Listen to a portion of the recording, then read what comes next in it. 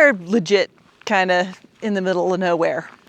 And there's this. There's legit a dial tone.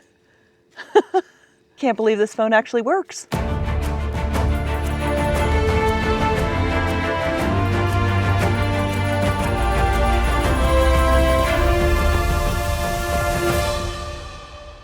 Good morning, everybody, from beautiful Colorado.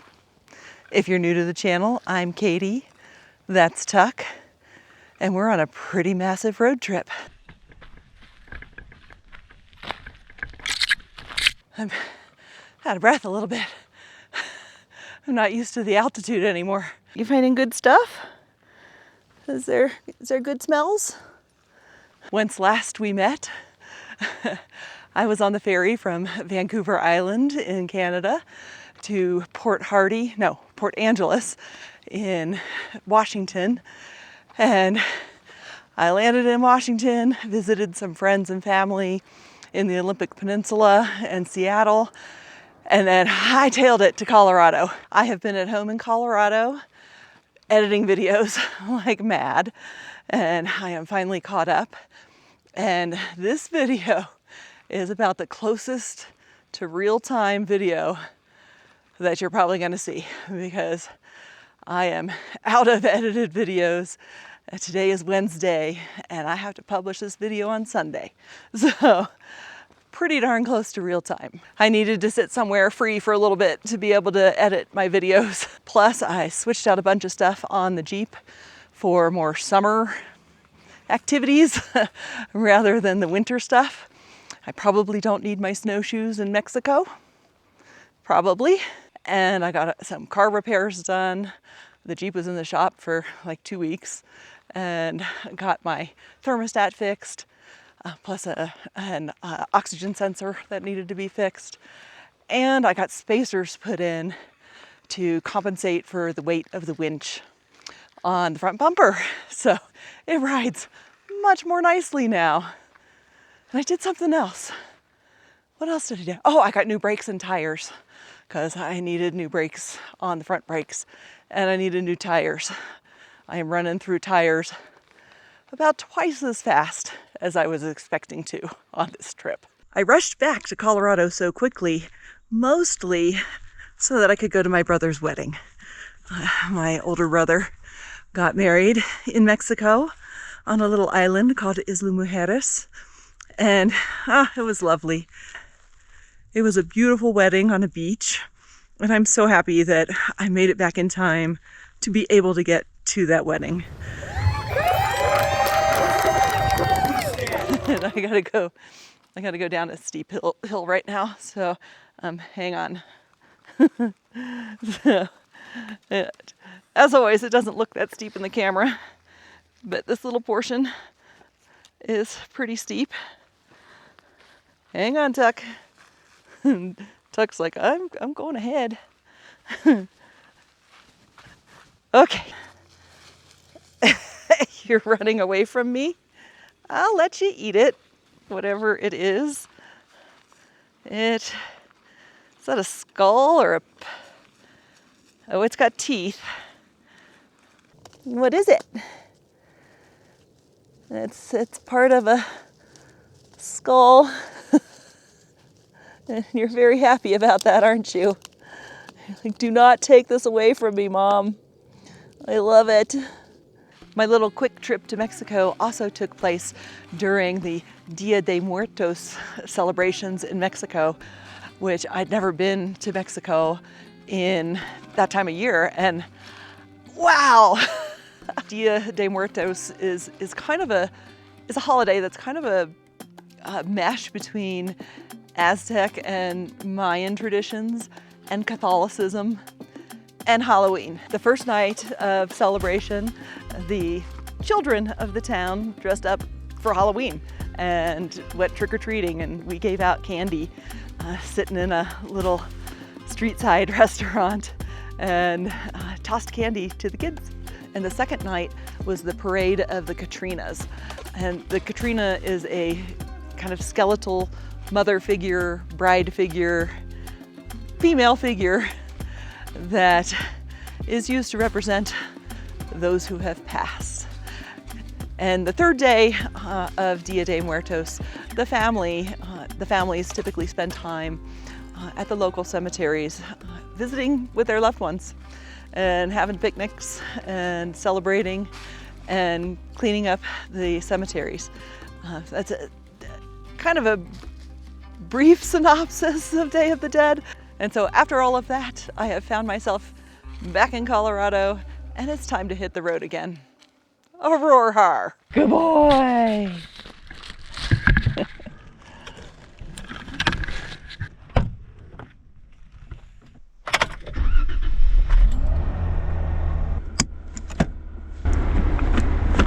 Are you ready?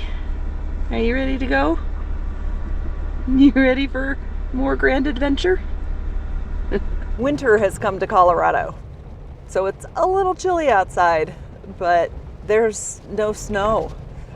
And we are driving on the South Platte River Road next to the South Platte River. And usually it's iced up by now, and I don't see any ice on this river at all right now. It's a little concerning. This is the North Fork of the South Platte River, and it's a gold medal fishing river, but it's a little too cold to be out fishing today. And I gotta watch the road because these are some blind curves coming up.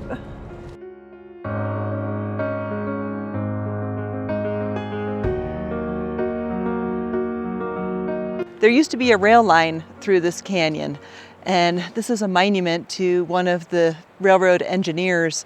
In 1898, a train carrying 450 passengers came down this road, and the engineer saw that the rail was actually washed out, which happens to the road a lot, even nowadays. And he managed to slow down the train and saved the 450 passengers, but unfortunately the engine derailed and he died.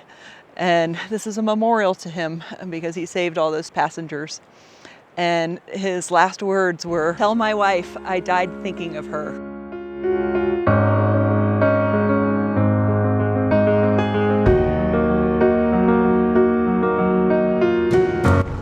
The route we're taking isn't going to take us by very many Purple Mountains majesty in Colorado. And that's because the mountains actually have a lot of snow on them already. Down here, we don't have much snow. I'm at pretty low elevation, like 6,000 feet maybe. We are headed towards southwest Colorado, and we'll be losing elevation the further we go, with a few exceptions. We aren't going to see any big mountains except in the distance. And the general direction and route I'm planning to take is going to show you guys some places in Colorado that probably don't get seen quite as often. I mean, the mountains kind of steal the show in Colorado, but there's a lot of other beautiful territory that is not in the big mountains. We're coming up on the South Platte Hotel. It's just a cool old hotel. You can't go in it, and it's surrounded by fence and barbed wire, but I assume it was a place that you could have stayed if you were taking the train. I think. There's no historical marker to tell me. It is a little crazy that this used to be a railroad, because this road is really curvy, and trains don't curve that well. I would imagine they had to go pretty slow through the canyon. It's a really cool area of cool slick rocks, and you can't stop because it's a bunch of blind curves and you're not allowed to stop there. But it's cool. This mountain dead ahead is called Devil's Head because it's got two little stubby horn looking things on top. And there's a cool lookout tower that you can hike to at the top of one of those little horns. I've done that hike and it's actually pretty nice, but we're not doing it today. I'm actually not even sure if you can get to the trailhead right now because they close the road in winter. Although I don't know whether that's based on just how much snow they have, which is none at the moment, or whether that's just a date-based thing. We are legit kind of in the middle of nowhere. And there's this.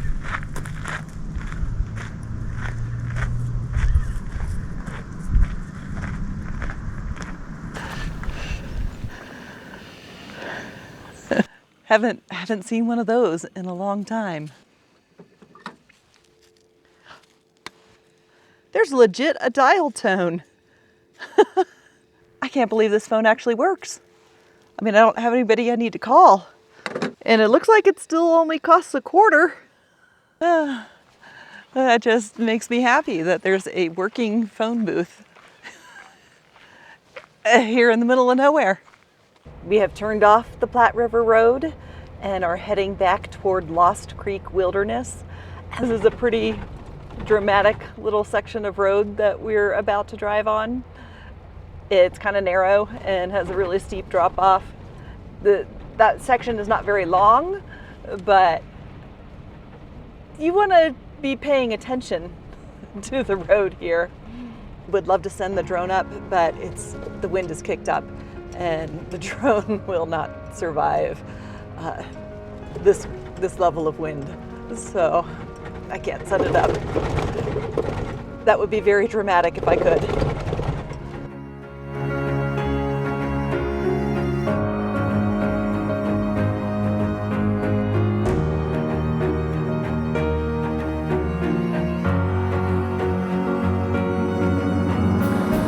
And this road is a two-way road, but it's only wide enough for one car.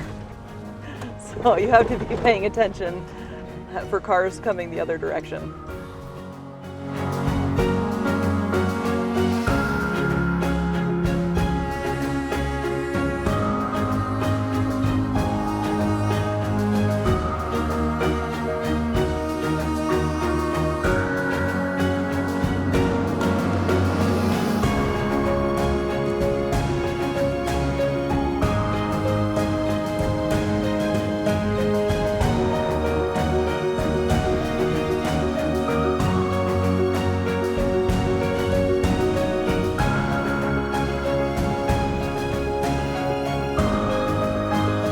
One thing that really stands out in this area is the lack of trees. And that's because there was a very large forest fire that happened here, I think 20, 30 years ago. And at the time, it was the largest forest fire ever in the state of Colorado. It was called the Hayman Fire. And it covered, I think, about 120,000 acres. There's a lot of sun. And it was arson. And a couple of people died. So pretty devastating fire. It makes the landscape just look really surreal with all the exposed rock. Because this used to be very heavily forested, and it's obviously not now. We're out of the sketchy part of the road and just on regular old-fashioned dirt roads. And I'm gonna start looking for a camp spot. I have a camp spot in mind, but somebody may already be there, because even though it's winter, it is late November. This area is a little bit warmer than other parts of the state, even fairly nearby parts of the state. And so people do camp back here year-round. And it's probably hunting season too. We're getting a glimpse of Cheeseman Reservoir. Sorry for all the sun. It's bad sun. Whoa, yeah. Beyond Cheeseman Reservoir is Pikes Peak. Pikes Peak inspired the line "Purple Mountain's Majesty" in the song. So, little trivia for the day.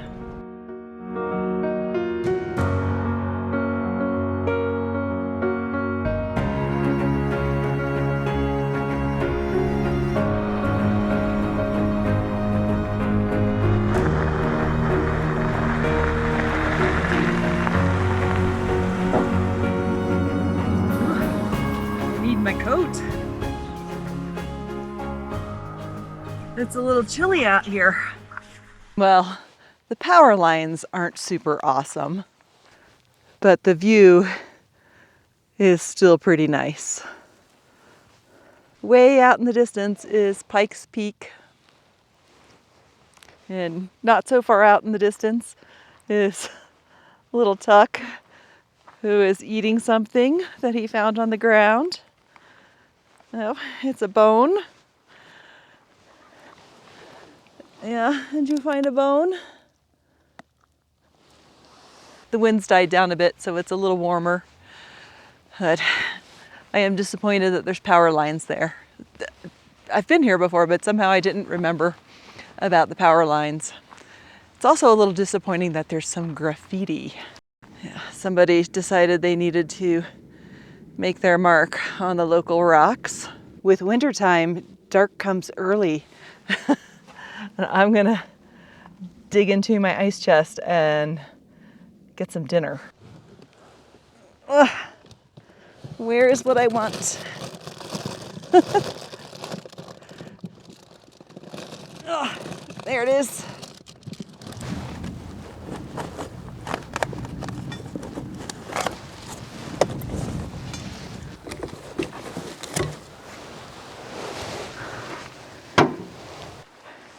The sun is setting over Lost Creek Wilderness, and I gotta make some dinner real quick.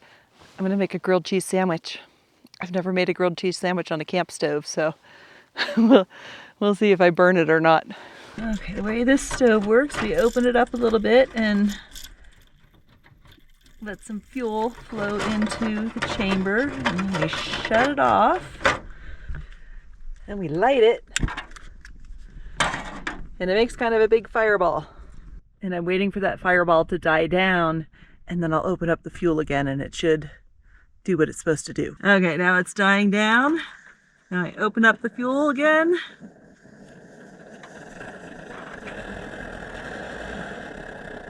Cheese is not for you.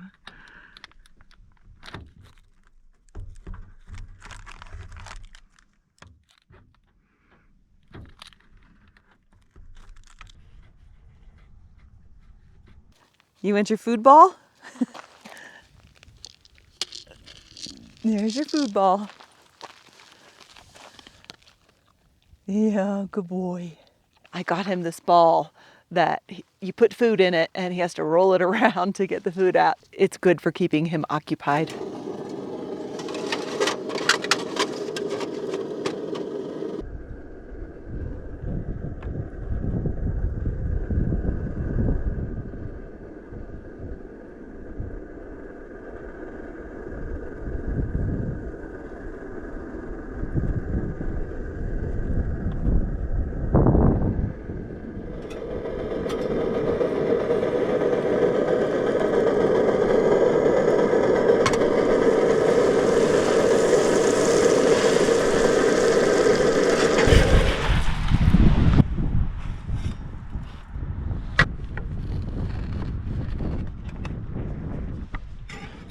I'm pretty pleased with how that came out.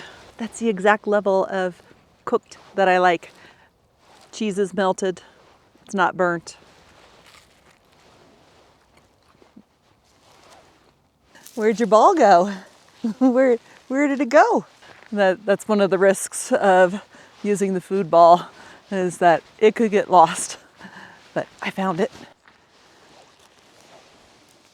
And, oh, there's a couple. Here, we're gonna toss it up there. Go get your food ball. The sky is starting to look quite beautiful. And I think that's it for tonight. And I want to thank all of you guys for coming along with me. If you made it this far in the video and you're not a subscriber yet, maybe you should subscribe. I can't speak, but maybe you should subscribe. And we'll see you down the road.